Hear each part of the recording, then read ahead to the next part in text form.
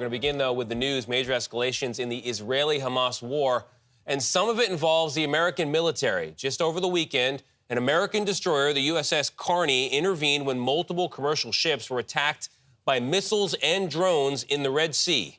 Iran-backed Houthi rebels from Yemen claimed responsibility for at least 2 of these attacks. Meanwhile, Israel says it's expanding its ground war inside Gaza against Hamas.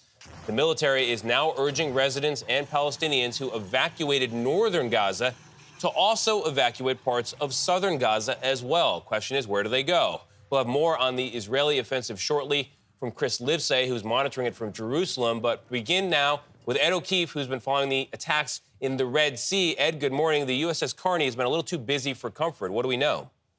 That's right, Tony. Good morning. Happy Monday. This is the latest series of attacks by the Iranian-backed Houthis in the region since the start of the Israel-Hamas war, and signals yet again how U.S. and international ships continue to be targeted or forced to respond to the attacks.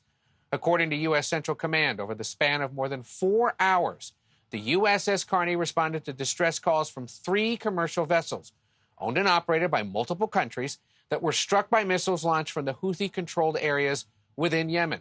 The Carney is a Navy destroyer sent to the region for protection and as a deterrent.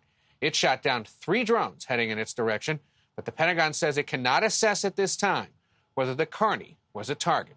The Houthis claimed credit for the attacks, as the Pentagon says the group represents, quote, a direct threat to international commerce and maritime security, adding that while these attacks were launched by the Houthis, the group is fully enabled by Iran and that the U.S. will consider all appropriate responses. Now, also on Sunday, a U.S. defense official says the U.S. carried out a drone strike in Iraq after seeing that preparations were underway for an attack on U.S. service members there. Since mid-October, there have been at least 74 attacks on U.S. forces, Nate, in Iraq and Syria. Ed, thank you.